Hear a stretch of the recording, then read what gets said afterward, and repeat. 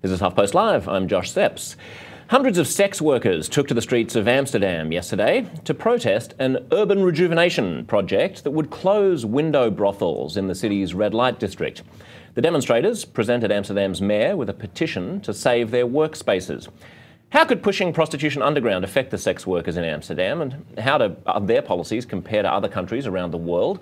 To discuss, we're joined by Crystal Du Bois, Managing Director of the Sex Workers Project at the Urban Justice Centre, Julie Rivolo, researcher with the Observatory of Prostitution, Lyle Munns, a sex worker in Amsterdam who's a spokesperson for Proud, and Manisha Shah, Associate Producer of Public Policy at UCLA. Thanks to all of you for being with us. Feel free to jump into the conversation whenever you want to. You don't necessarily have to wait till I ask you a question. But Lyle, just kick us off here and explain exactly what the city is proposing. How would it affect sex workers? So the city has been closing down many brothels over the past few years. There used to be 500 brothels in Amsterdam. In 2007, they started a project called Project 1012, by which they closed down 100 windows. It led to many sex workers being forced to work in the gray zone. And nowadays, they want to, even though despite that happened, they want to close down 80 windows more. And that's what we're protesting against. Why is it happening? A very good question. I think that's a question you should be asking the municipality. What they basically say is that they want to gentrify the neighborhood. They want to get rid of the sex image that Amsterdam has on one side. And they say that cases of abuse have been taking place in the red light district, which is, to me, a strange argument, since forcing the sex workers to work in the gray zone, working on the internet, offers the municipality and the government a lot less tools of control, and cases of abuse and human trafficking can flourish there. Now, for people who haven't been to Amsterdam, what we're talking about is basically people who are standing in front of a window where you can see them from the street, so you can actually take your choice of who you might want to hire as you walk past. Is this simply a matter of closing those windows but leaving the brothel intact, or is it about closing the entire brothel down? Well, the windows are the brothel, so they want to close the entire brothel down. And those women, of course, don't stop working. They go and work in other cities. They go and work on the internet. They go and receive clients at their place, which is a big, big problem, because for many people around the globe, hosting women in windows like we're doing here in Amsterdam might seem strange, but it's actually one of the safest workspaces to have. There are alarm buttons in those windows. The police is nearby. The health services know exactly who is working, where, when they're working. So a lot of facilities are offered in those places, which makes sure that these are one of the most healthy and safe workplaces we have for sex workers in the world. Closing those down endangers the working position of those ladies. What has your experience been as a sex worker in Amsterdam? What are the conditions like? Well, I'm an escort, so I'm not working in a brothel. There are not guys working behind the windows, sadly. I'm working as an escort, so I go to my clients. I'm registered at the Chamber of Commerce. I pay taxes. So in many ways, I have a lot of obligations, just as any normal employee, but still I get discriminated a lot. For example, in the financial services, or when it comes to insurances, we see that being a sex worker still offers a lot of difficulties to many of my colleagues and myself. If you have a successful and safe career without working behind a window, why can't the sex workers who are in these window brothels simply do what you do? Well, actually, I did have some issues with clients who didn't pay, or I felt at certain times dangerous. I think working behind the windows would offer me a lot more security than I have right now, because there hasn't been a history of working behind the windows. For men, it's simply not possible for me. But apart from that, it also has to do with a certain kind of assertiveness. You know, I have working experience for 3 years. I know if a client calls me, whether it's a reliable person or not. I have certain filters that I use in order to make sure that clients get in or not, and that they're reliable or good people. I'm not sure that all sex workers have those filters, that they are as assertive as I am with the experience I have. Well, for those sex workers who are less assertive, who are more vulnerable to abuse situations, the red light district offers a safe work environment. Manisha, jump in. I would say it's just really exciting to have Lyle on this panel. So often in the discussion about sex work and the related topic of sex trafficking, we never actually seem to hear from the people we're purporting to help or put out of business. And I think that, it's instructive to return in this conversation or any about these topics to say, what do the sex workers involved in this have to say for themselves and what do they want? And this is a group of people globally that is generally reticent to put their faces on camera. That's why in Rio as well in Amsterdam, you see a lot of people in masks. But anytime that I've actually seen them get together and put their agenda out there and say what they want, they say they want safer working conditions. Yeah, Crystal, I was struck by the Oregon chapter of your organisation was a little bit upset because I was looking at a conference or a hearing that the state held into sex work, and there were no actual sex workers who were represented. It was simply policymakers who were portraying all sex workers as victims.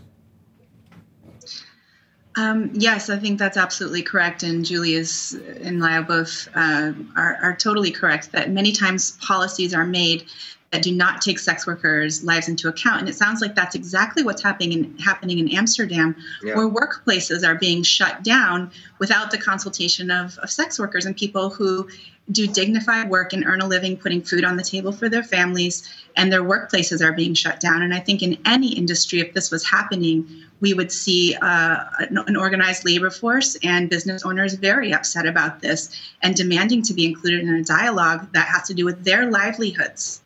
Manisha, you study public policy. What do we know about the impact of criminalisation or decriminalisation or legalisation in the sex work industry? Yeah, so I've been involved in a rather large study the past few years looking at the impacts of decriminalization in Rhode Island. So a lot of people don't know about this, but in 2003, Rhode Island actually decriminalized indoor prostitution, basically because a judge interpreted some laws that had been written in 1980. And the way those laws had actually been written is that they had criminalized street prostitution, which was, a big problem in the 70s and 80s. But over time, the way at least the sex market has changed in the United States is it has become much more indoor focused in that it's more, online, the escort market, massage parlors, et cetera. And so what we have there is, for kind of data junkies, we have a very nice natural experiment where we can look pre-post, 2003 in Rhode Island, and we can either use the rest of the United States as our control group, or we can use northeastern states as our control group and actually look at some of the impacts of what decriminalizing did. And what we find is, so decriminalizing in Rhode Island, it definitely does increase the size of the indoor sex market in that you see new massage parlors cropping up, you see more women advertising online. But interestingly, what happens, so the two outcomes we look at, in terms of public policy, the things we always hear about associated with sex markets are sort of disease outcomes, public health issues, and violence. And so we look at gonorrhea incidents. We use CDC data over time, and we actually find decreases in gonorrhea incidents in Rhode Island once Rhode Island decriminalizes. And then we also look at rape offenses over time. We use the FBI Uniform Criminal Reports data. And again, we find about a 30% decrease in rape offenses post-decriminalization. So at least from kind of the things that we seem to care about are, in terms of public health outcomes, violence issues, decriminalization is actually reducing these outcomes. Right, that presupposes... Yeah, sorry, jump in, Lyle.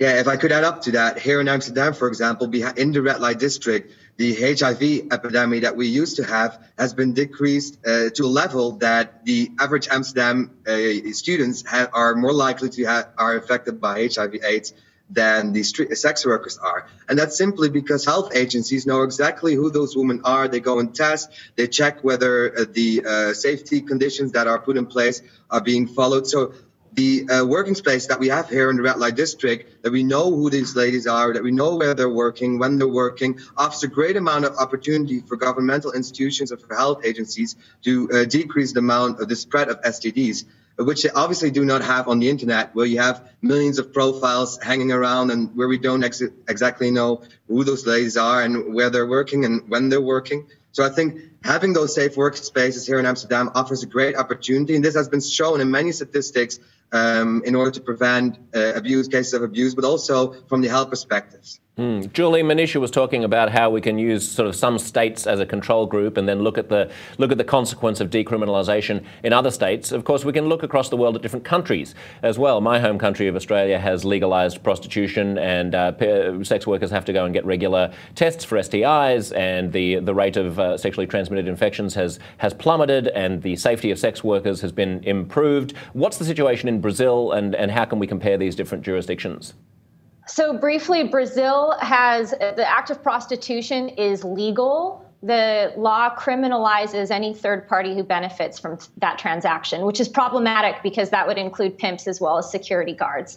It also prohibits women from working together, as opposed to, in the U.S., you're starting to see sex workers being prosecuted for trafficking their flatmate, which is absolutely insane. So Brazil had a sex worker rights movement that started in the 1980s with this woman, Gabriela Leite. I'm obsessed with her.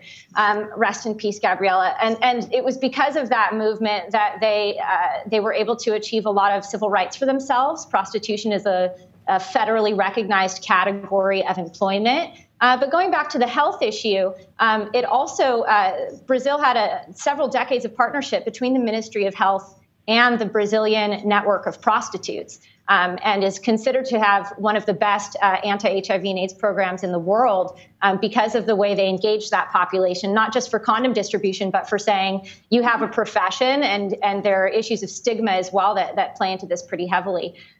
So you could look at different geographies and see what's going on there. But I would also maybe bend our minds a bit and look at the porn industry. There's this artificial barrier between porn stars and prostitutes when they're both forms of sex work. And we can look in the U.S. and look at what's happened now that we've had several decades of a mostly legalized porn industry. In California, for example, the question is whether the industry is now too regulated, and whether voters in California should be deciding whether professionals use condoms in porn films. And so I don't think I think that there's sometimes artificial divides, and we need to use a little bit of common sense and say there's examples right under our feet. Porn consumption in the U.S. is a completely normative, commonplace activity, but we tend to view those two categories of sex workers as somehow alien to each other. Crystal, so let's talk about the legal classifications here. It's interesting that we compare porn, that Julie's comparing porn with prostitution. Just unpack the difference between decriminalizing and legalizing sex work. Sure. First, I'd like to mention that it's really exciting to hear our international allies talk about the kinds of things that are happening between government health workers and law enforcement. Here in New York, it's very different. As a matter of fact, criminalization is a major problem for people accessing health and safety, and carrying condoms can be used as evidence of prostitution. So sex workers are reluctant to carry the amount of condoms they need in fear of being arrested. And so we have a very different, although there are problems in other international cities, here in New York, we have very different problems where we're not even on the same page as government health workers, and our sex workers are completely unable to access those protections from law enforcement. Legalization and decriminalization are different, and there are different legal frameworks all over the world. In some places, it's illegal to buy sex. In some, it's illegal to sell. In some, it's only illegal to own a business, a sex work business. But one thing that we can see, and decriminalization just means that we stop arresting people. And so we do advocate at the Sex Workers Project for decriminalization immediately in order to alleviate the kind of suffering that our clients at the Sex Workers Project are reporting in terms of abuses by the police and not having access to justice. And legalization would be other steps further that included creating rules and regulations around how sex work is performed. Yeah. Right, so decriminalisation would just mean that instead of a sex worker being arrested, they might be given a fine. It might be more akin to a parking ticket than to a criminal offence, right? But it wouldn't actually set up a structure of regulation that would ensure the safety, both in terms of sexually transmitted diseases and in terms of avoiding abuse from clients for sex workers themselves. That's right. Decriminalization would mean that we stop arresting sex workers, and we basically allow them to have access to law enforcement when they are victims of crime, when they are trafficked, or when they do experience abuse. They can go forward to the police without fear of arrest. And that's one of the most important things that sex workers tell us that they need, is access to criminal justice and law enforcement. Our viewer, yeah, sorry, jump in. I think it's worth mentioning as well, an obvious fact for these panelists, but one that the general public doesn't, there's this elephant in the room, which is the sex trafficking conversation. I've yet to meet a sex worker who is pro-sex trafficking. If anything, sex workers are the group of people that are the most vulnerable to being trafficked or being in exploitative working or coercive working conditions because they're actually sex workers. So this idea that some 13-year-old girl from the suburbs of Chicago gets taken overseas is myth. The people who are actually suffering these kinds of violences that the world is now up in arms concerned about are sex workers themselves. And I think it bears mentioning that the roots of the anti-trafficking movement some of the same leaders of that movement were actually the same women who led the war on pornography in the U.S. in the late 60s. It was a 1973 court case that ruled it a free speech issue. They got together and turned their agenda on prostitution in the third world. And this bears mentioning because those two ideologies are quite similar. The first is that pornography is inherently exploitative towards women, so it should be abolished. Good luck with that with the internet. By the way, that's a really heteronormative framework because nobody's talking about male sex workers as victims. And that's the exact same problematic framework that is now being used to push policies globally that criminalize sex work. The ideology is that all sex work is inherently objectifying towards women. Again, men are never mentioned in the conversation. Therefore, we should get rid of it. So you've really got to be careful. In Rio de Janeiro, for example, with the upcoming World Cup and Olympics, that agenda to save the victims was actually used as a repressive mechanism by the city government and the police to make conditions worse for prostitutes. There was an unheard of series of raids. Hundreds of women, if not thousands, were displaced. There was extreme police violence and gang rapes against some of the women that were never brought to justice. And I think it's worth popping out the frame a bit and putting the discussion we're having in the context of a much more problematic one that wants to see Amsterdam shut down in the name of saving the women who work there. Well, Julie, it's interesting because Manisha earlier said that, when you look at the metrics of all of the things that we care about in terms of, the health of sex workers, in terms of reducing crime, in terms of lowering STIs, STI transmission, then decriminalisation and legalisation are an obvious policy to pursue. But that presupposes that those are the things that we actually care about. It's entirely possible and likely, I think, that public policymakers actually have smuggled into this conversation an ethical judgment, a moral judgment, right? So we're not just looking at practical outcomes. This is mixed up in the same way that the drug war is, and in the same way, as you say, that the war on pornography is, in a whole bunch of preconceptions. It's particularly insidious because who would be pro-sex trafficking? It's really insidious because it puts sex workers against anti-sex trafficking movement. But Manisha, you might be able to speak. I wanted to say exactly that from there's other issues, right, that are important when we make public policy. And so for a lot of people, for example, these types of markets might be morally repugnant.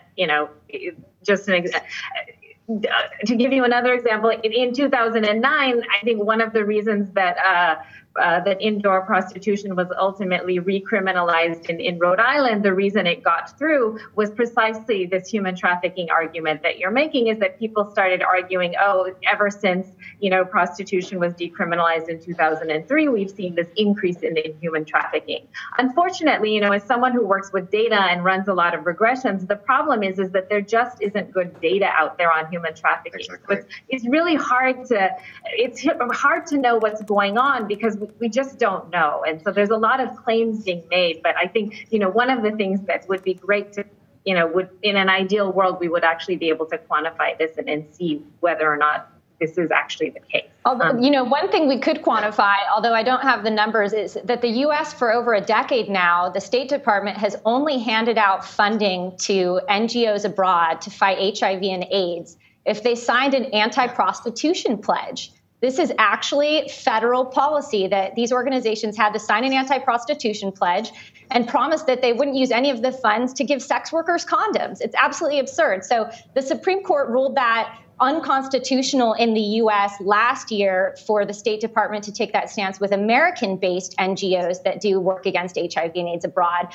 But I give that as one small anecdote, which is actually billions of dollars worth of anecdote, to look at how a moral agenda is being used to impact people in all sorts of parts of the world that we're purporting to try to help, right? In the context of this conversation around the conflation of sex trafficking and sex work and the perception of all sex workers as being victims, there's currently a social media campaign in Australia which I want to take a look at, which is sex workers pushing back against that stereotype. Here's an article in the BBC which is trending called "The Faces of Prostitution in Australia." It recounts a pro-sex worker campaign which was started by a sex worker and history graduate named Tilly Lawless, involving things like this, just pictures of ordinary people with hashtags saying sex work is work, hashtag rights not rescue, hashtag faces of prostitution. Here's another one that says, look at my life, I'm treated poorly, there is no umbrella to protect me from UV, please save me, hashtag faces of prostitution. Lyle, our viewers comment as they watch this online. Just take a look at this comment from Kira. She says, if more and more of these brothels are shut down, what do you foresee happening in these grey areas?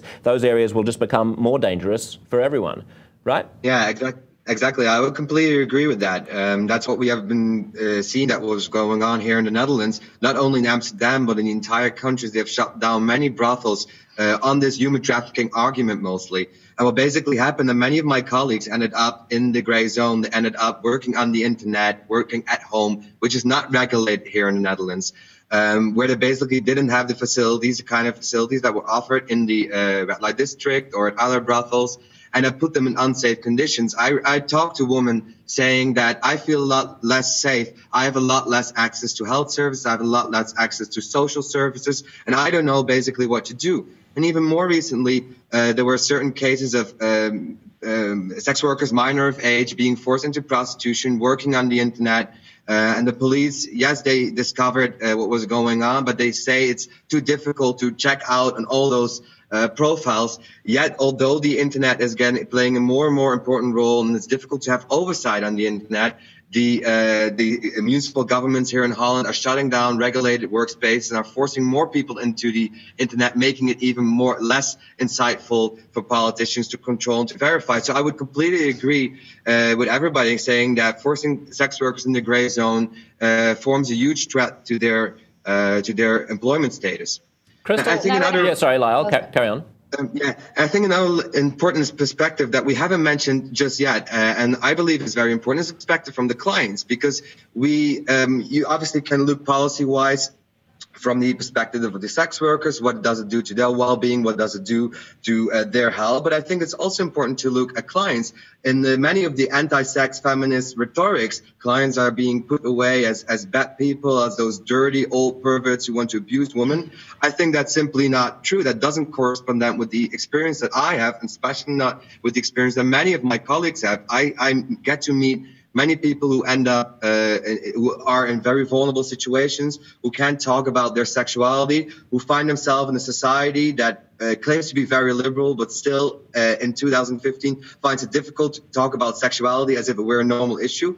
Those clients find it difficult to deal with their sexuality. And for that reason, because they can't find sex in a conventional way, they end up at sex work. Well, I think they deserve a place in this debate as well. And they're often overlooked. And they are often labeled as being pervert old people with bad needs. In fact, Julia, I was just going to jump in and say that, you know, often in some of the more enlightened countries and enlightened jurisdictions, that's precisely what happens. The sex workers are regarded as the victims who shouldn't be punished, but the clients are gone after. Even in Scandinavian countries like Sweden and Norway, for example, you know, there's a crackdown on the clients. Is that unwise? I think it's find any profession that wants to see their clients criminalized. Find a hairdresser who wants to, you can't have a hair salon anymore, so you've got to sneak around and do it in a client's home and put yourself at risk of what happens when you go cut their hair in their home. You know, I think that one of the kind of misconceptions that maybe we can unpack is that clients are the slave masters. I mean, some people are actually using that kind of heavy language to say these guys are evil devils repressing women. Again, no mention of men across the world. When you talked about the agenda that people generally talk about with what matters as relates to policy and sex work, the big legacy issue is STDs and HIV/AIDS.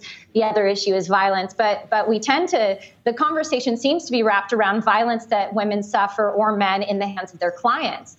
I would venture to say that in Brazil, the long legacy, and I'd be curious to see if this is the case in other parts of the world, is police violence. Mm-hmm. And the biggest complaint is about police violence. Mm-hmm. And you can't have police violence when you have a regulated, well-lit industry in the same way that you can when something is illegal or quasi-legal, or society in general looks down on the people who are doing it anyway and says things like sex workers can't be raped because you can buy sex from them. Those are some really problematic things, and police violence is something very real that flourishes the more you push sex work into the margins. And in fact, over World Cup in Brazil, in Rio specifically, which people thought was going to be the sex trafficking bonanza of the century, because Rio has such a strong sex tourism industry, as much for gay as for straight clients. The biggest issue in Rio that the Observatory of Prostitution tracked, with over 2,000 hours of research in the field, was police violence. Crystal, I've just noticed a comment from one of our viewers. Javier Santana says Times Square and really all of 42nd Street was a dump in the 80s with XXX shops, etc., until it got cleaned up. And look at it now, it's a tourist destination. I fully support Amsterdam's Project 1012. You live in New York. What's wrong with that? I preferred the old Times Square myself. It's sort of a nightmare for New Yorkers, and we avoid it at any cost now. Yeah, so what do we really want? I mean, in other words, I take your point, but I mean, for tourists, it's lovely. Okay. Yeah, I mean, I think that the important thing to remember is that we're all in neighborhoods and in cities, and we try to do our best to create the best and safest neighborhoods and cities that we can. And it just doesn't work to leave out the voices of the workers whose livelihoods we're affecting in those cities and communities. So just like what's happening in Amsterdam right now, if we say we're going to shut down 30 or 40% of your workplaces, we're not going to consult you, you're now not going to be protected by the law, and you're going into these gray areas too. This doesn't make our cities and towns and neighborhoods more safe. So if we're really pragmatic, we really need to look at the research. We need to stop using these moralistic pushes that we're getting from various groups, and just let's be pragmatic about it and say, how can everyone be safe, and how can we create these cities and neighborhoods that work for everybody and all the workers, including sex workers. You got it. Yeah, and if I could add up to that. Very quickly, Lyle. The red light district is one of the most tourist places in the world. At least for Amsterdam, it's a major tourist attraction. It's a neighborhood that's very well taken care of. The municipality tries to clean it up, make it a safe, nice neighborhood. There's a lot of police going on to make sure that everybody is safe, and all those tourists coming in, that they're in a safe place to walk around. So I think it doesn't necessarily mean something bad for a city to have a sex industry, as long as it's good regulated, the women are working there under good conditions. I think it could be an advantage of your city. Gentrifying at the advance of ladies and not taking care of their opinions or their place in the city, I think that's a very bad thing to do. Simply taking away one's workplace because you want to gentrify a neighborhood and because you have a certain idea of what's good for your neighborhood, I think that's very problematic. And I think that that's conflicting with the rights of ladies. Not to mention the fact that the red light district in Amsterdam is one small alcove in a very large and vibrant city. I've spent a whole, weeks in Amsterdam without even going there. It's not like it's everywhere. You don't have to go there if you don't want to. Thanks to all four of you for being part of the conversation. We've got to wrap it, but of course we'll be keeping our eye on what goes down in Amsterdam. Crystal, Julie, Lyle, Manisha, thanks for your time. Stay tuned, of course, to plenty more conversations coming up right here on HuffPost Live.